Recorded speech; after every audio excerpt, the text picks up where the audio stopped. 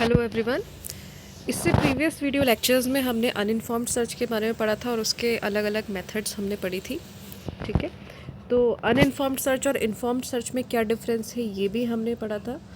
Uninformed search का अगर मैं आपको ब्रीफ एक्सप्लेनेशन अगर यहाँ पे दूँ तो अनइन्फॉर्म्ड सर्च हम उस सर्च को बोल रहे थे या उस कैटेगरी को बोल रहे थे सर्च टेक्निक्स की जिसमें हमें सर्च स्पेस के बारे में बहुत ज़्यादा इन्फॉर्मेशन प्रोवाइड नहीं की जाती है।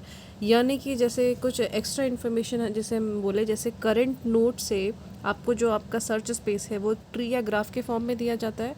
तो किसी करंट नोड से आपके गोल नोड तक पहुंचने में कितनी कॉस्ट लगेगी या फिर कौन सा आपका पाथ ऑप्टिमम रहेगा कॉस्ट के बेसिस पे, वो आपको ऐसी इन्फॉर्मेशन आपको नहीं दी जाती। यानी कि कोई ह्यूरिस्टिक फंक्शन टाइप की वैल्यू यहाँ पे कोई भी प्रोवाइड नहीं की जाती। वो आपकी अनइन्फॉर्म्ड सर्च थी। ठीक है, अनइन्फॉर्म्ड सर्च की मैं बात कर रही हूँ। तो अनइन्फॉर्म्ड सर्च हम उसको इसीलिए बोल रहे थे, ब्लाइंड सर्च उसका दूसरा नाम था। यानी कि ब्लाइंड सर्च या अनइन्फॉर्म्ड हम उसको इसीलिए बोल रहे थे क्योंकि आपको और कोई भी इन्फॉर्मेशन उसमें नहीं दी गई थी।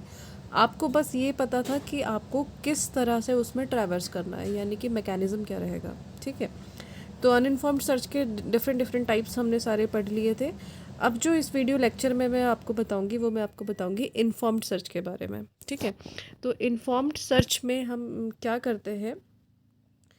इन्फॉर्म्ड सर्च मतलब कि आपको कुछ ना कुछ एक्स्ट्रा इन्फॉर्मेशन आपके सर्च स्पेस के बारे में प्रोवाइड की जाएगी। तो एक्स्ट्रा इन्फॉर्मेशन की अगर मैं बात करूँ तो उसमें हो सकता है कि आपका पाथ का कॉस्ट आपको दिया हो, या फिर आप गोल नोड से कितना दूर हैं, या फिर how to reach the goal node etcetera. इस टाइप की जो भी इन्फॉर्मेशन होगी, एक्स्ट्रा इन्फॉर्मेशन आपको प्रोवाइड की जाएगी सर्च स्पेस के बारे में। तो इसीलिए इसका नाम जो रखा गया इस कैटेगरी का, इसको इन्फॉर्म्ड सर्च यहाँ पे बोला जाता है। ठीक है, तो इसमें ये ज़्यादा एफिशिएंटली काम करती है क्योंकि हमें इसमें एक्स्ट्रा इन्फॉर्मेशन प्रोवाइड की गई है। यानी कि कोई ह्यूरिस्टिक वैल्यू हमें इसमें प्रोवाइड की जाती है गोल नोड से आपके करंट नोड से गोल नोड तक पहुँचने के लिए। इसीलिए इसको यहाँ पे इन्फॉर्म्ड सर्च या फिर ह्यूरिस्टिक सर्च भी इसको बोला जाता है। ठीक है, तो ह्यूरिस्टिक सर्च बोला जाता है, ह्यूरिस्टिक फंक्शन हमें इसमें एक प्रोवाइड किया जाता है, इसलिए इसको ह्यूरिस्टिक सर्च हम बोलते हैं। अब ह्यूरिस्टिक फंक्शन अगर आपका क्या होता है इसके बारे में अगर हम बात करें तो ह्यूरिस्टिक फंक्शन आपका एक ऐसा फंक्शन है जो आपके करंट स्टेट को जो है इनपुट के फॉर्म में लेता है और उससे जो है एस्टिमेशन करता है या प्रोड्यूस करता है एक आउटपुट जो आपको क्या बताता है कि आपका जो एजेंट है जो अभी उस पाथ में ट्रैवर्स कर रहा है सॉल्यूशन को फाइंड आउट करने के लिए, वो एजेंट अभी आपका गोल से कितना दूर है। यानी कि एक एस्टिमेशन यहाँ पे ये तैयार करता है ह्यूरिस्टिक फंक्शन, और ह्यूरिस्टिक फंक्शन की वैल्यू आपको इन्फॉर्म्ड सर्च में पहले से बताई जाती है। ठीक है, तो इसको रिप्रेजेंट किया जाता है एच ऑफ एन से। एच ऑफ एन से जनरली हम इसको रिप्रेजेंट करते हैं। और इसमें क्या होता है, ह्यूरिस्टिक की मदद से अगर आप कोई भी सर्चिंग टेक्निक इसमें अप्लाई कर रहे हैं तो हो सकता है ये आपको बेस्ट सोल्यूशन ना दे, but it guarantees to find a good solution in reasonable time. यानी कि किसी रीजनेबल टाइम में मतलब आपको कोई ना कोई अच्छा सोल्यूशन ये ज़रूर प्रोवाइड करवाएगा, इस चीज़ की गारंटी होती है। ठीक है, तो आपको कैसे ह्यूरिस्टिक फंक्शन प्रोवाइड किया जाता है ये सब हम आगे जब हम एग्जाम्पल पढ़ेंगे तो इसकी दो टाइप्स आपको दी जाती है आपके इन्फॉर्म्ड सर्च की, जिसमें हमने पहले भी बात करी थी, जो होता है आपका बेस्ट फर्स्ट सर्च जिसको ग्रीडी सर्च भी बोला जाता है। और जो दूसरा आपका एल्गोरिदम है वो है ए स्टार एल्गोरिदम। ओके, तो ए स्टार एल्गोरिदम और बीएफएस हम दोनों ही सेपरेट सेपरेट हम पढ़ेंगे एक एक करके। तो सबसे पहले मैं आपको ये बता देती हूँ कि ह्यूरिस्टिक फंक्शन में यहाँ पे वैल्यू किस तरीके से आपको दी जाती है। अब यहाँ पे मैंने देखिए कुछ लिखा हुआ है H of N is less than equal to H star of N. अब यहाँ पे एच ऑफ एन क्या है और एच स्टार ऑफ एन क्या है। Here H of N is heuristic cost and H star of N is the estimated cost. Okay, तो heuristic cost आपको दी जाएगी और एच स्टार ऑफ एन आपकी जो होगी वो एस्टिमेटेड कॉस्ट होगी। ठीक है, तो हमेशा क्या होना चाहिए, जो आपका ह्यूरिस्टिक कॉस्ट है वो आपका एस्टिमेटेड कॉस्ट से या तो कम होना चाहिए या फिर उसके इक्वल होना चाहिए। यानी कि एस्टिमेटेड कॉस्ट यानी कि जो हम एस्टिमेट करेंगे, और ह्यूरिस्टिक कॉस्ट आपको पहले से एक्सपीरियंस के बेसिस पे क्वेश्चन में प्रॉब्लम के साथ दी जाएगी कि इसका ह्यूरिस्टिक वैल्यू इतना है। ठीक है, ह्यूरिस्टिक वैल्यू मैंने आपको क्या बताया, क्या प्रोवाइड करवाता है, आपका करंट स्टेट को इनपुट लेता है और आप आपके करंट स्टेट से गोल स्टेट तक पहुंचने का कितना कॉस्ट लगेगा वो आपको आउटपुट में प्रोवाइड करवाता है एस्टिमेट करके। ठीक है, तो हमारा एस्टिमेशन है और जो हमें ह्यूरिस्टिक वैल्यू पहले से प्रोवाइड की गई है, हमारा एस्टिमेशन कम नहीं होना चाहिए, या तो उससे ज़्यादा होगा या तो फिर उसके बराबर होगा। ठीक है, अब प्योर ह्यूरिस्टिक सर्च की अगर हम बात करें तो प्योर ह्यूरिस्टिक सर्च जो होता है वो it is the simplest form of heuristic search algorithm. तो इसमें हम क्या करते हैं, ह्यूरिस्टिक वैल्यू के बेसिस पे हम क्या करते हैं, सर्च करते हैं और हर एक नोड को एक्सपैंड करते हुए चलते हैं। ठीक है, तो प्योर ह्यूरिस्टिक सर्च में क्या होता है, दो लिस्ट आपकी मेंटेन की जाती है, एक ओपन लिस्ट होती है और एक क्लोज्ड लिस्ट होती है। ठीक है, ओपन लिस्ट में वो नोड्स आती हैं जो अभी आपको ट्रैवर्स करनी है, अभी तक आपने अपने ट्री में उनको ट्रैवर्स नहीं किया है, ओपन लिस्ट में आप उन नोड्स को रखेंगे। क्लोज्ड लिस्ट में आप उन नोड्स को रखते हैं जो आप ट्रैवर्स कर चुके हैं और अभी तक आपको गोल नोड नहीं मिला है। ठीक है, तो दो लिस्ट इसमें मेंटेन रहती हैं प्योर ह्यूरिस्टिक सर्च में, एक ओपन लिस्ट, दूसरा क्लोज्ड लिस्ट। ठीक है, तो जैसा कि मैंने आपको बताया कि ह्यूरिस्टिक सर्च या फिर इन्फॉर्म्ड सर्च जिसका दूसरा नाम है, उसमें दो आपकी मेथड्स आपकी पॉपुलर हैं, जिसको हम बोलते हैं बेस्ट फर्स्ट सर्च एल्गोरिदम या ग्रीडी सर्च भी इसको बोला जाता है, और दूसरा जो एल्गोरिदम है वो है ए स्टार सर्च एल्गोरिदम। तो दोनों को हम एक एक करके पढ़ेंगे। इस वीडियो में मैं आपको बेस्ट फर्स्ट सर्च के बारे में बताऊंगी कि कैसे उसको यूज़ किया जाता है या क्या इसकी टर्मिनोलॉजी होती है। ओके, तो बेस्ट फर्स्ट सर्च या ग्रीडी सर्च अगर मैं आपको बताऊं तो इसमें क्या होता है कि हम ह्यूरिस्टिक फंक्शन हमें दिया जाता है एच ऑफ एन। ठीक है, एच ऑफ एन हमें दिया जाता है और उसके बेसिस पे ही हम क्या करते हैं, अपना नेक्स्ट नोड फिक्स करते हैं कि हमें किस नोड पे ट्रैवर्स करना है। यानी कि आपको एक ट्री या एक ग्राफ टाइप का दिया जाएगा जिसमें मल्टीपल नोड्स एक दूसरे से कनेक्टेड होंगी और करंट नोड से आपको किस नोड की तरफ ट्रैवर्स या किस पाथ में आपको ट्रैवर्स करना है वो कौन बताएगा, उस नोड का ह्यूरिस्टिक वैल्यू।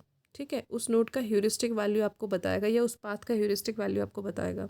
ठीक है, तो ह्यूरिस्टिक वैल्यू के बेसिस पे हम क्या करते हैं, अपना नेक्स्ट नोड इसमें फिक्स करते हैं। अब इसमें देखिए कुछ पॉइंट्स मैंने यहाँ पे लिखे हुए हैं। It is the combination of DFS and BFS, यानी कि depth first search and breadth first search. अगर आपने पढ़ा था इससे पहले अनइन्फॉर्म्ड सर्च में, लास्ट वीडियो में, तो उसमें मैंने बताया हुआ था बीएफएस और डीएफएस कैसे काम करते हैं, जो कि ब्लाइंड सर्च के अंदर आता है। तो हम इसको क्या कर सकते हैं, बेस्ट फर्स्ट सर्च जो है आपका दोनों का कॉम्बिनेशन है। ठीक है, it uses the heuristic function and search, and best first search allows us to take the advantage of both the algorithms.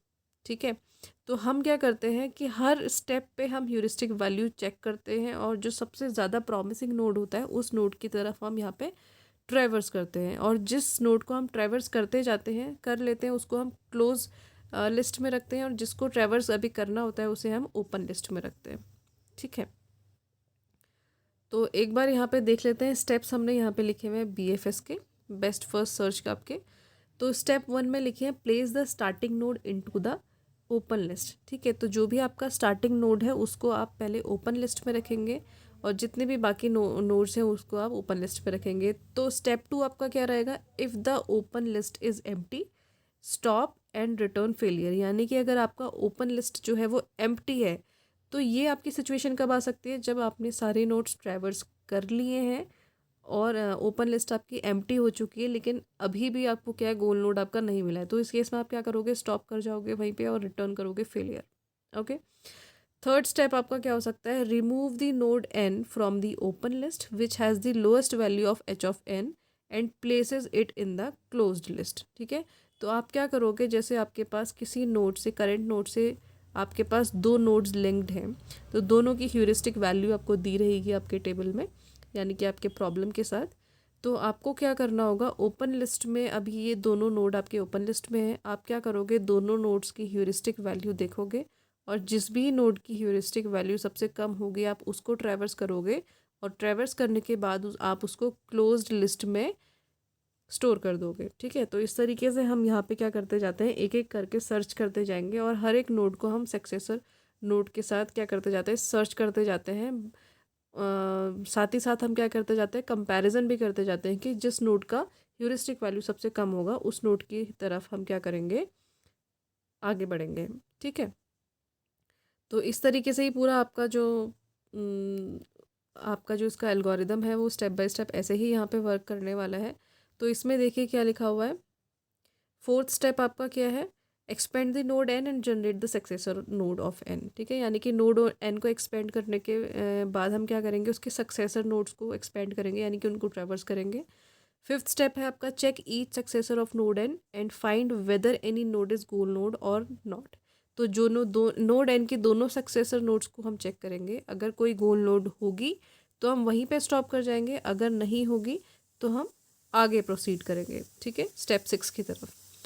For each successor node, algorithm checks for evaluation function and then check if the node has been either open list or closed list.